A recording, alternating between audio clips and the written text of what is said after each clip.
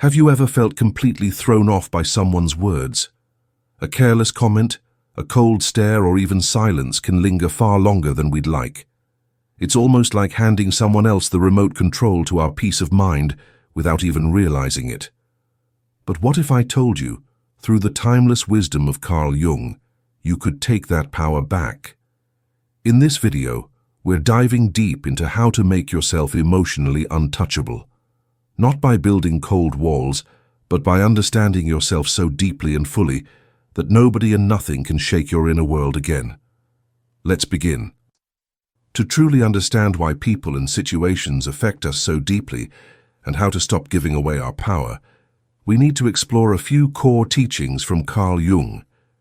These timeless principles help us turn inward and recognize the real source of emotional turbulence, not the world out there, but the unexamined world within.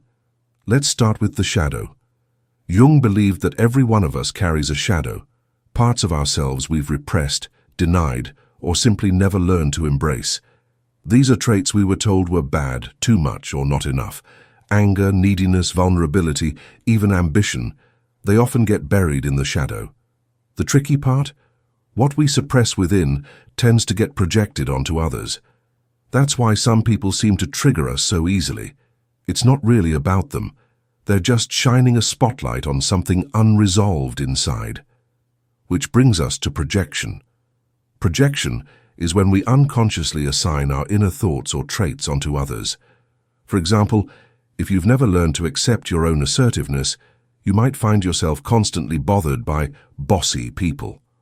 What's really happening is that your rejected qualities are knocking at the door, asking to be seen. Until we own what's ours, we'll keep seeing it in others, and we'll stay emotionally reactive. Then there's the persona, the mask we wear in public. It's the version of ourselves we present to be accepted, admired, or simply to fit in. But when we over-identify with this mask, any criticism or rejection feels deeply personal, because it threatens the image we've worked so hard to maintain. The key is to notice where your persona ends and your true self begins. The more authentic you become, the less approval you'll seek, and the less others can rattle your peace. And finally, Jung's concept of individuation. This is the journey of becoming whole, not perfect but complete. It's the process of integrating the shadow, softening the persona, and listening to the deeper wisdom within. Individuation is not about becoming someone new, but about remembering who you've always been underneath the noise. The more aligned you are with your true self, the less external chaos can affect you. Now that we've explored Jung's core principles, let's look at how they can truly transform your inner world, so you stay steady and calm, no matter what life throws at you. First, understand that emotional triggers are teachers. Most of us see triggers as problems to avoid, but Jung would say they're messages from the unconscious. Instead of asking, "Why are they like that?" ask, "Why does this affect me so much?" That question shifts you from blame to insight. Triggers aren't flaws. They're signs that something inside wants your attention. Now let's talk about synchronicity. Jung called it meaningful coincidence. Ever notice how certain people or situations keep showing up in your life? That's not random. It's life nudging you to wake up. If you keep meeting controlling people, for example, maybe it's time to reclaim your voice. These patterns are not there to punish, but to teach. Once you learn the lesson, the pattern often fades. Next, the idea that detachment isn't disconnection. Being unaffected doesn't mean being cold. It means learning to observe your emotions without letting them rule you. You create a little space between what you feel and how you respond. That space is where your peace lives. When you master this, you stop giving away your power. Finally, let's touch on the anima and animus, your inner feminine and masculine energies. When these are out of balance, your relationships and emotional reactions often suffer. A man cut off from his anima may lack empathy.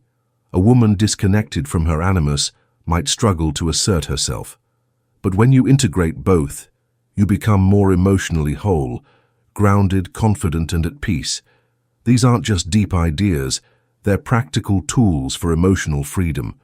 When you apply them, you stop seeing others as the problem and start seeing yourself as the solution. Now that we've explored the concepts, let's get practical. Understanding the theory is one thing, but how do you apply it and stop letting others affect your peace? Here are steps you can take today. First, start with shadow work journaling. The shadow isn't just hidden in the unconscious, it shows up in daily life through triggers. Keep a journal to explore what upsets you. When something bothers you, ask, what part of me is being triggered? Write it down and then ask, why does this feel so intense? Shadow work uses emotional reactions as windows into your inner world. The more you reflect, the more you'll understand and heal those hidden wounds. Next, practice mindful response over reaction. It's natural to react when upset, but reacting gives away your power. Instead, try pausing. The next time you feel triggered, breathe deeply and count to 3 before responding. This pause creates space between your reaction and response. In that space, you'll find your power. You may still feel upset, but you'll respond thoughtfully, not from emotional reactivity. Then, set boundaries with compassion.